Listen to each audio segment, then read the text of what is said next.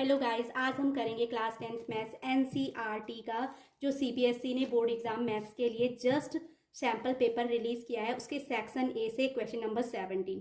तो guys question number 17 है, a point on the x axis divides the line segment joining the points A 2-3 and B 5-6 in the ratio 1:2। The point is, तो हमें क्योंकि point कहाँ पर है, x access पे है, तो श्योरली उसके कोऑर्डिनेट क्या होंगे, वाई कोऑर्डिनेट उसका 0 होगा। तो सपोज करो वो पॉइंट पी है एंड उसके कोऑर्डिनेट, क्योंकि वो एक्स एक्सेस पे है तो क्या हो जाएंगे उसके कोऑर्डिनेट x0।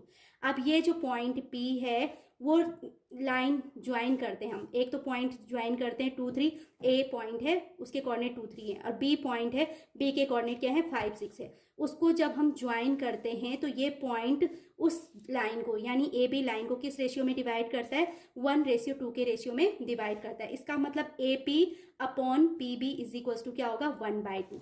तो सबसे पहले let the point be A 2-3 and B 5-6। Okay, let P be the point which divides line segment AB in the ratio 1/2. Point P is on x-axis, so the coordinate of point P is x and 0.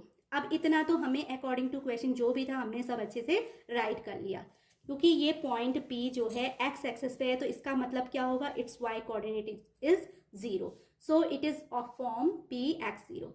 अब हम यहाँ पर क्या करेंगे, जो ये x coordinate हमने find करना है और उसके बाद जो भी हमारा आंसर आएगा उसके अकॉर्डिंग हमने क्या करना है, कोई भी एक ऑप्शन चूज करना है। तो इस पॉइंट को फाइंड करने के लिए हम सेक्शन फॉर्मूला अप्लाई करेंगे, ठीक है ना। Finding x coordinate using section formula. तो सेक्शन फॉर्मूला क्या कहता है, अगर x कोऑर्डिनेट फाइंड करना है तो उस कंडीशन में फॉर्मूला अप्लाई करेंगे, x is equals to m1 x2 plus m2 x1 upon m1 plus m2। जहां ये जो m1 और m2 हैं वो रेशियोज हैं कि लाइन को किस रेशियो में डिवाइड करता है, एंड x1 और x2 जो होगा पॉइंट ए और बी में x कोऑर्डिनेट होंगे। ओके, तो अब हम चेक करेंगे m1 is equal to 1 and m2 is equal to here 2 and x1 is equal to 2 है guys, and x2 is equal to कितना है 5 है। x2 क्या होता है, b के कोऑर्डिनेट का b पॉइंट के x कोऑर्डिनेट x2 को शो करता है।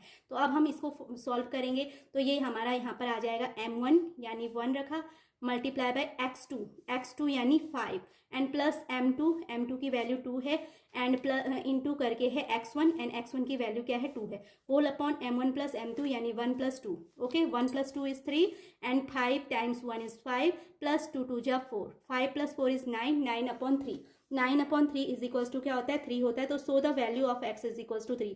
अब x की वैल्यू 3 आई है तो इसका मतलब पॉइंट P के कोऑर्डिनेट क्या होंगे 30। द रिक्वायर्ड पॉइंट इज 30, है ना।